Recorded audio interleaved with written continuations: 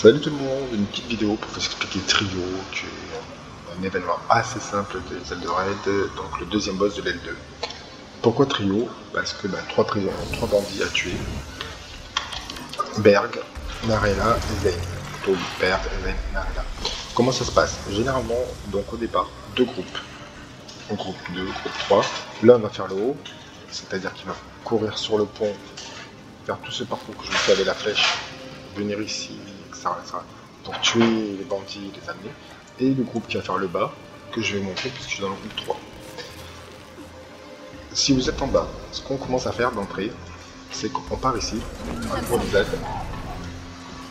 Et après, c'est vraiment juste ça pour l'instant, c'est les aides pour les aides. Le but, c'est pas de les tuer, parce qu'on va tous aller se pack à un endroit. Allez, sauf qu'ils ne vont pas. Je sais pas pourquoi ils ont pas compris qu'il fallait se pack, ce groupe. Il fait quoi, sérieux? Qu'est-ce qu'il a mis tant de temps à l'autre moment? Donc là, le but, c'est juste de tuer les boss, de tuer les aides, et d'aller se pack à la porte. Ce qu'on va faire ici, quand ils auront bien voulu venir. S'ils venaient, en fait, tous les aides se pack ici. C'est beaucoup plus rapide, apparemment. Je pourrais semer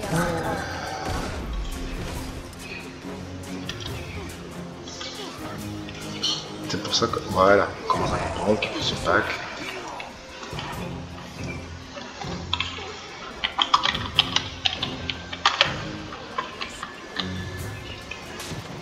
Ouais, tant pis.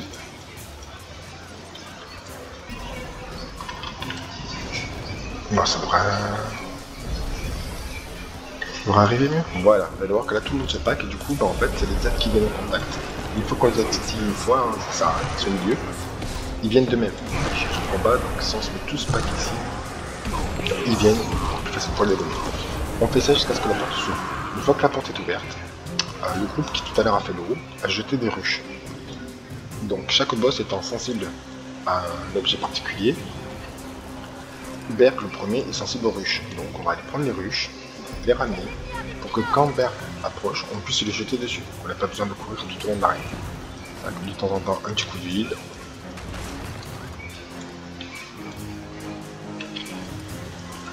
Et vous allez voir que Berg ne va pas tarder à arriver à 6,45 normalement. Voilà. On entend le compte de positionner, c'est Berg qui arrive. Donc on se pack ici. On le cesse quand il faut le cesser, hein, bien sûr. Et on lui jette la ruche dessus. Le but de chaque boss va être, et des assaillants aussi, hein, c'est du fait que nous on a attaqué le camp, ils vont vouloir détruire la cache qui est là-bas, qui contient des alliés. Et nous, notre but c'est de les protéger en tuant tout, en nettoyant la zone. Donc pour ce faire, les trois boss, on va laisser des packs, les trois aux portes. C'est-à-dire qu'il y a trois portes, hein, vous pouvez le voir sur le camp.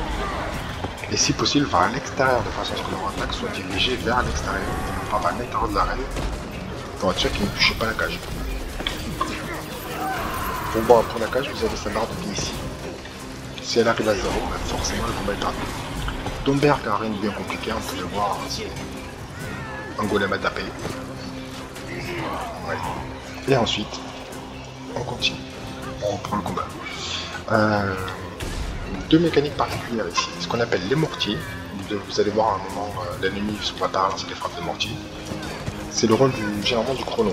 C'est un joueur particulier qui va désigner et qui va utiliser les bumpers, ici avec le bombe, pour sortir de la zone et aller détruire les mortiers. Et une deuxième technique, c'est les saboteurs, qui eux par contre rentrent dans l'arène et on focus directement la cage. Le reste ils s'en foutent.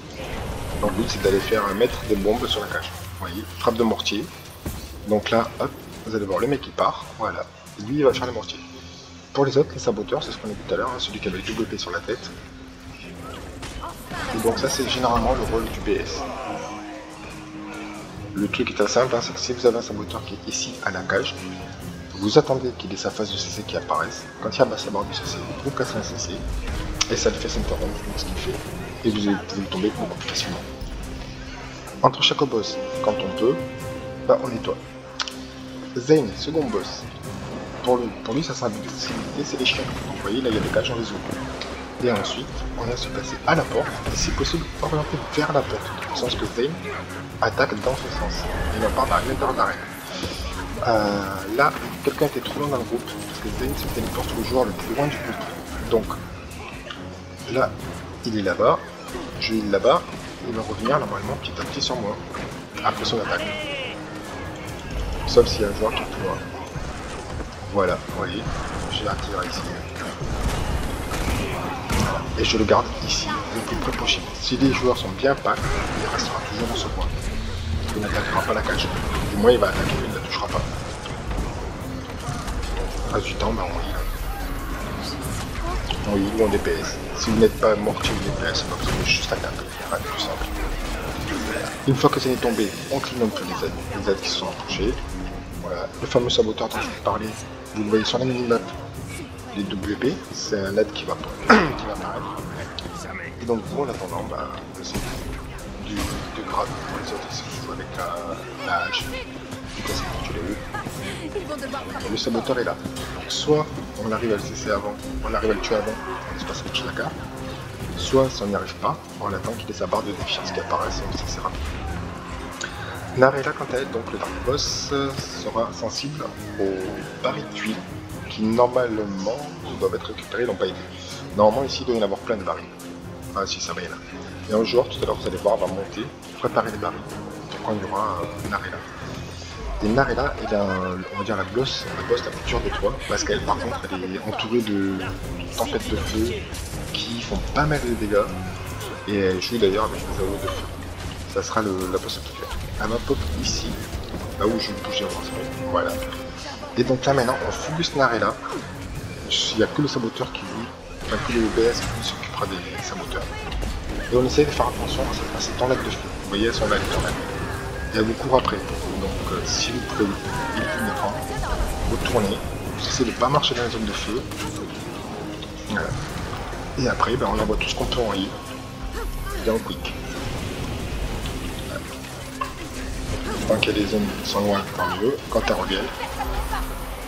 On essaie de faire. Voilà, j'ai pas fait attention, je voulais voir la cage.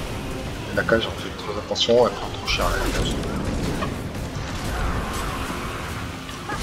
Là, ça va de nouveau rater à cause de ça. Ah, quoique, si on arrive à focus Narella, ça devrait pouvoir passer. Ça va. Et ben c'est passé. Le focus sur latéral était bon. Et voilà, trio vient d'être passé. Et les prisonniers sont libérés. Nickel. Et du coup, on va pouvoir passer à Mathias. A plus.